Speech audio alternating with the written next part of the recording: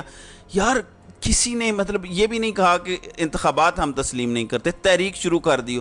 ظاہر ہے جب ہم اتنا کچھ کریں گے، اپنے آپ کو اتنا ڈیسٹیبلائز کریں گے، تو پھر یہی ہوگا. پھر یہ سارے ممالک آتے ہیں ہمارے پاس سرمایہ کاری کے لیے، انویسٹمنٹ کے لیے، بڑے بڑے پروجیکٹ لے کر آتے ہیں، اناؤنس کرتے ہیں. اس کے بعد ہوتا کیا ہے؟ اس کے بعد ہوتا یہ ہے کہ میں شروع ہو جاتی ہے کہ نہیں، اگر یہ ان کے دور میں ہو گئے تو پھر یہ ہیرو بن جائیں گے، یہ تو پھر تگڑے ہو جائیں گے، سٹیبلٹی آ جائے گی، یہ سٹیبل ہو گئے تو پھر ہمارا کیا بنے گا؟ لہٰذا اس کو پھر ڈی سٹیبل کرنا شروع کر دیتے ہیں. پہلے لایا جاتا ہے، پھر اس کو ڈی سٹیبل کیا جاتا ہے، پھر یہ طاقتور ڈرائنگ روم میں بیٹھ کر فیصلے کرتے ہیں کہ اس کو ہٹا دیں اور اس کو لے آئیں. یہ پچھلے 20 سالوں کی ہماری رام کہانی ہے. میں زیادہ پیچھے نہیں جا رہا. ایون پرویز مشرف نے بھی 5 سالوں میں 4 وزیر اعظم تبدیل کیے.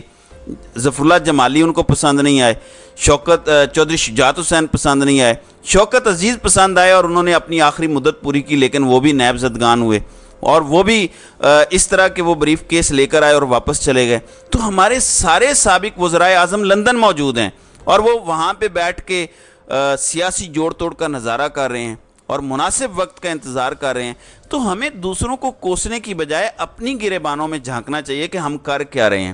اور سب سے زیادہ ہماری اسٹیبلشمنٹ کو سوچنا چاہیے کہ ان کی بار بار کی پالیسیاں ناکام ہو چکی ہیں، ان کا طرز حکمرانی ناکام ہو چکا ہے، اور اس کا نقصان کسی پولیٹیشین کو نہیں ہوا.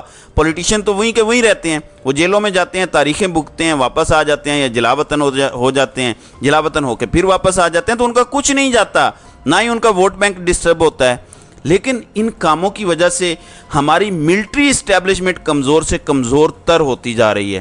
ان پہ بلیم زیادہ آ رہا ہے. آپ مانے نہ مانے آپ کی مرضی ہے، کبوتر کی طرح آنکھیں بند کر لینے سے کوئی فرق نہیں پڑتا، لیکن عوامی نفرت ان کے لیے بڑھ رہی ہے، بلیم ان پہ زیادہ آ رہا ہے. اس لیے انہیں اپنی سوچ، اپنی طرز حکمرانی کو اور طرز سیاست کو تبدیل کرنا چاہیے. دنیا بدل چکی ہے، دنیا آپ کو استعمال کرے گی اگر انہیں پتہ چلے گا کہ پنڈی اور اسلام آباد کی آپس کی لڑائی ہے، یا پنڈی اور رائے ونڈ کی آپسی لڑائی ہے، پنڈی اور زمان پارک کی آپسی لڑائی ہے، پنڈی اور زرداری ہاؤس کی لڑائی ہے. تو ظاہر ہے وہ اس کے اکارڈنگلی آپ کو استعمال کریں گے، اور آپ استعمال ہوتے ہیں. یہی وجہ ہے کہ کبھی میمو گیٹ آ جاتا ہے، ڈان لیکس ہو جاتا ہے، یا پھر سائفر آ جاتا ہے.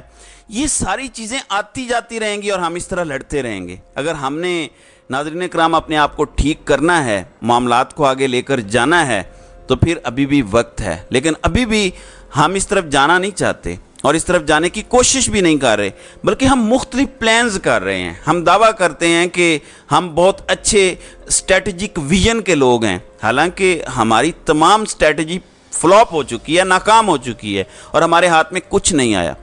ناظرین اکرام، پاکستان اس وقت ایک بدترین بحران کا شکار ہے، اور جب بھی کوئی سرمایہ کاری کرتا ہے تو وہ سب سے پہلے یہ دیکھتا ہے کہ یہاں کی عدالتیں کتنی آزاد ہیں، جمہوریت کتنی آزاد ہے، بنیادی انسانی حقوق کی صورتحال کیا ہے، انصاف ہے یا نہیں ہے، میڈیا کیا کر رہا ہے.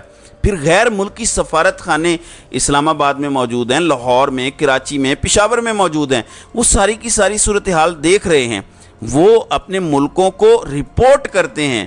میڈیا میں سب اچھا ہے دکھانے سے کوئی فرق نہیں پڑتا.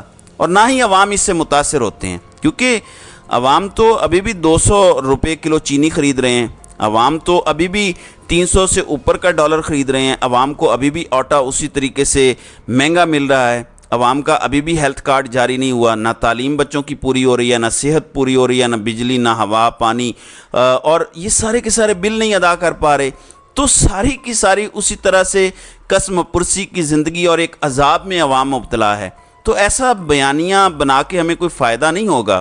دیکھیں، اس میں کوئی شک نہیں کہ ہمیں دشمن کا مقابلہ کرنا چاہیے، لیکن اگر دشمن کی بھی کوئی اچھی چیز ہے تو وہ لے لینی چاہیے، کیونکہ حضرت علی رضی اللہ عنہ کا قول ہے کہ یہ مت دیکھو کہ کون کیا کہہ رہا ہے، یہ دیکھو کہ کون کیا ہے، یہ دیکھا کریں کہ کیا کہہ رہا ہے۔ تو اگر کوئی اچھی بات کہیں سے ہمیں ملے تو وہ لے لینی چاہیے۔ تو یہ جو G20 ہوئی ہے، یہ ہمارے لیے مقام عبرت ہے، نشان عبرت ہے۔ ہمیں اپنے گریبانوں میں جھانکنے کی ضرورت ہے کہ ہم کر کیا رہے ہیں، اس لیے جب تک ہم ایک نہیں ہوں گے یہ سب ہوتا رہے گا۔ آج کے دن بھی بشرا بی بی پر 3 مقدمات ہیں، توشہ خانہ کیس ہے، القادر ٹرسٹ کیس ہے، سائفر کیس ہے۔ پھر عمران خان کے ساتھ کیا ہو رہا ہے، آج بھی ان کی ضمانت کی درخواست خارج ہوئی اور انہیں واپس جوڈیشل ریمانڈ پر جیل میں بھیج دیا گیا ہے۔ پھر ہمارے سابق وزیر خارجہ شاہ محمود قریشی کے ساتھ کیا ہو رہا ہے، سابق کابینہ کے اراکین کے ساتھ کیا ہو رہا ہے، پھر 15,000 سیاسی قیدی جن میں خواتین بھی شامل ہیں۔ مقصد کیا ہے؟ صرف ہم اپنے مفادات کی جنگ جیتیں۔ 76 سال سے یہ جنگ آپ ہمیشہ ہار رہے ہیں۔ اقتدار تو یزید، فرعون اور نمرود کو بھی ملا تھا، مگر آج وہ کن الفاظ میں یاد کیے جاتے ہیں؟ تو کچھ کر لیں۔ 15,000 کے 15,000 تو آپ کے مجرم نہیں ہیں۔ جب تک آپ یہ ساری چیزیں ٹھیک نہیں کریں گے، اپنی صفوں میں اتحاد نہیں لے کر آئیں گے، ایک دوسرے کو انسان نہیں سمجھیں گے، جانوروں جتنی ہی رسپیکٹ کر لیں، جو انٹرنیشنل سٹینڈرڈ ہے جانوروں کی عزت کرنے کا اور جانوروں کے حقوق جو مغرب نے دیے ہیں، کم از کم اتنے ہی حقوق پاکستان میں انسانوں کو دے دیں۔ تو جب تک ہم اپنی سوچ تبدیل نہیں کریں گے تب تک کچھ نہیں ہوگا۔ بہرحال دیکھتے جائیے ہوتا کیا ہے۔ اگر ہم اس طرح لڑتے رہے تو یہ سارے دوست ممالک ہم سے مزید دور ہو جائیں گے، اور آخر میں سونیاں ہو جان گلیاں تے وچ مرزا یار پھرے، یہی والی صورتحال ہو جائے گی۔ تو ناظرین کرام، آپ کی اس ویڈیو کے حوالے سے کیا رائے ہے؟ آپ اپنی رائے کا اظہار کامنٹ سیکشن میں ضرور کیجیے گا۔